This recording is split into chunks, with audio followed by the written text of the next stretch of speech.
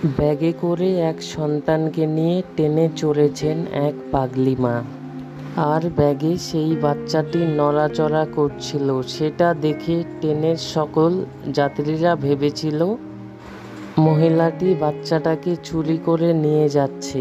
সেটা দেখে সেই মানসিক ভারসাম্যহীন মাকে কয়েকজন ট্রেনের যাত্রীরা মেরেছে। আর তারপর পুলিশকে ফোন করেছে পুলিশ আসার জন্য। আর যাত্রীদের মধ্যে একজন মহিলা সেই বাচ্চাটিকে কোলে নিয়ে রেখেছেন পুলিশ আসা পর্যন্ত। আর পুলিশ আসার পর সবাই অবাক হয়ে গেলেন। কেন জানেন?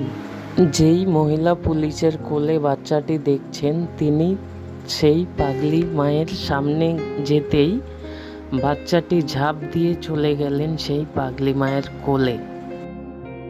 কেন জানেন? সেই হলো তার আসল মা। আর সবাই ভেবেছিল বাচ্চাটিকে পাগলি মহিলা চুরি করে নিয়ে যাচ্ছিল। তবে নিজের কোলের সন্তানকে এভাবে ব্যাগে করে নিয়ে যাচ্ছিলেন কেন? হ্যাঁ, এখানেই যে উত্তর মিলেছে, শুনুন। উত্তর শুনে চোখে জল আসবে আপনারও। পাগলি জানান স্টেশনে এত ভিড় থাকে, তাই কোলে করে বাচ্চাটিকে টেনে উঠতে পারেন না।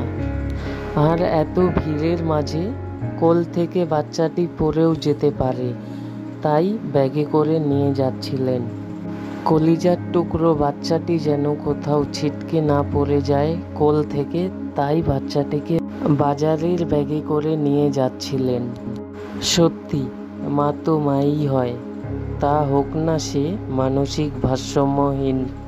আর ব্যাগে করে বাচ্চা নিয়ে যাওয়ার দৃশ্য দেখে ট্রেনের যাত্রীরা খুব বকাবকি করছিলেন সেই পাগলি মাকে। তারা তো ভেবেছিল বাচ্চাটিকে চুরি করে নিয়ে যাচ্ছেন এই পাগলি মা। শিশুটি তাকিয়ে সবার দিকে দেখছিলেন, একবারও মুখ ফুটে বলতে পারছিলেন না, তোমরা আমার মাকে বকো না, ইনি আমারই নিজের মা। সেই পাগলি মা বারবার বলছিলেন সবাইকে, বাচ্চাটি আমারই, বাচ্চাটি আমারই। কেউ বিশ্বাস করছিল না, তাই পুলিশের হাতে তুলে দেন বাচ্চাটি সমেত তার পাগলি মাকে। বারাসাত জিআরপি বাচ্চাটিকে সমেত নিয়ে যায় থানাতে। সেখানেই বাচ্চাটি মনের আনন্দে তার মায়ের সাথে খেলা করছিল। এই দৃশ্য দেখে সমস্ত থানার পুলিশেরই চোখে জল চলে এসেছিল। পুলিশরা তখনই বুঝে যায় এটাই বাচ্চাটির আসল মা। সত্যি, সিনেমার গল্প কাহিনীর মতোই এই ঘটনা আবারও প্রমাণ করল যা দেখা যায় তা সবসময় সত্যি হয় না। সত্যি, এই মায়ের গল্পটি শুনলে অনেকেরই চোখে জল চলে আসবে। বেঁচে থাকুক পৃথিবীর সকল মা।